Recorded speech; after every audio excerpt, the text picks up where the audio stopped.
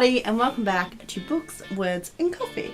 And today I am here with a brand new video for you guys, and it is my first writing tips video, which is a series that I'm going to be doing about giving you some tips and tricks to help you along with your writing. And all these tips I use myself to help me with my writing. Now, I am no by means an expert. I don't call myself a novice because I've always been told that you never should call yourself a novice.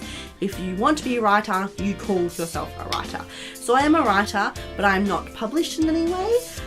I am not saying that these will definitely work for you, but these have been really helpful for me. They have been tips that I have been given over the years to help me get me out of writing slumps, to help me write new stories, or even to help me refresh on an old idea that I have been writing but have been stuck on. But here are 3 tips to help you get started in your writing. So tip number 1. Just start writing. The way you do this is you have a blank page in front of you, whether it be on your computer, on Word, or you could just open up Notepad, or if you're the type of person who likes to handwrite, have a blank page with your pen ready and literally just start writing. Don't think about it, just literally let your imagination take over, or just let random words come out and just start writing.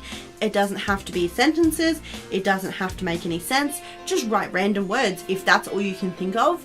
But doing this, for me, helps the imagination, like massages the imagination and helps ideas to unfold before you. 3 or 4 of my short stories that I've written recently have come from this simple technique of literally just starting to write. I have no plan of what I'm going to write, I have no idea who the characters are, where it's going to be set. I literally just start writing. Sometimes it's taking me a lot longer than just starting. It can be a little bit tricky, especially if you are in a writing slump, because you have no idea, literally, like your mind is just blank. But even if you literally just start going A, B, C, D, your brain will pop up with words that associate things with those letters, and your imagination will do all the work. The important thing is just not overthink it. Do not worry if you misspelt words. Don't correct your grammar, don't correct your spelling, don't correct nothing. Just let go and just write and write and write. Number 2, writing prompts. Writing prompts are a writer's best friend in my eyes, especially if you have no inspiration to write a new story, or if you want to write a new story but don't know what to write about. Writing prompts can get you going in a way that nothing else can, because all you need is a simple phrase or a sentence or a situation and your brain will just come up with ideas. Well, that's the way it works to me.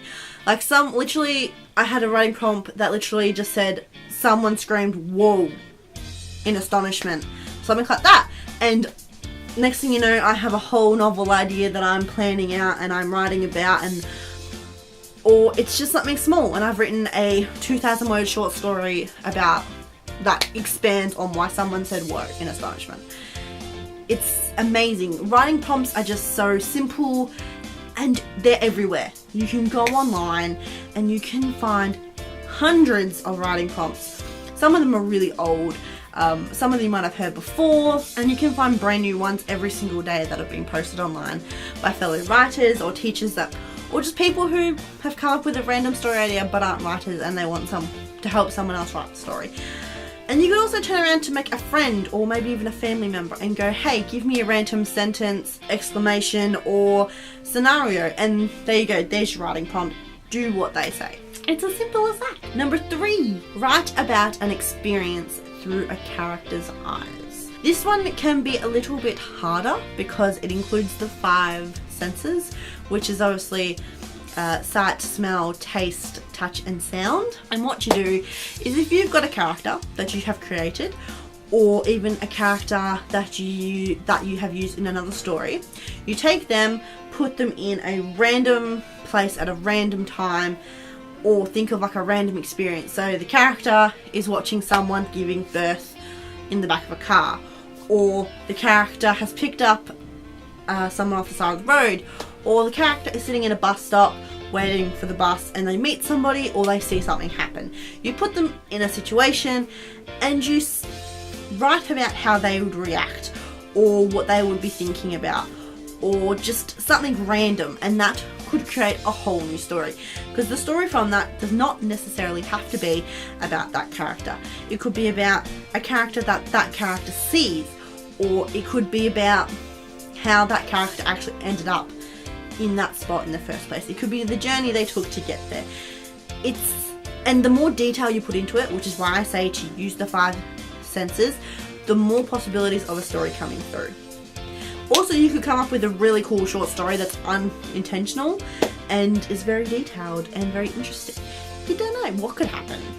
But I find, to me, when I'm looking for a more detailed idea, that is the technique I use. When I'm looking for the more basics, I use the first 2, but writing a scene through a character's eyes, or writing an experience through a character's eyes, is really, really good for making up a story that needs a lot of detail, or maybe even just wanting to set a scene. If you can't think of the way to set a scene, use a character to describe that scene and how they would see it, and there you go, there you've got your scene or location description. But they are 3 tips that I use to get started in my writing. I hope you guys have enjoyed this video. I hope these tips will help you in your future writing endeavours. I know they help me every single day with my writing. But that is all from me. If you'd like to check out my latest book review, you can click down here. It is on A Million Worlds With You by Claudia Gray. And if you'd like to see the video I did before that, which was Books I Hate, you can click up here and see that. I hope you have a good morning, afternoon and evening, wherever you're world, and I'll see you next time. Bye!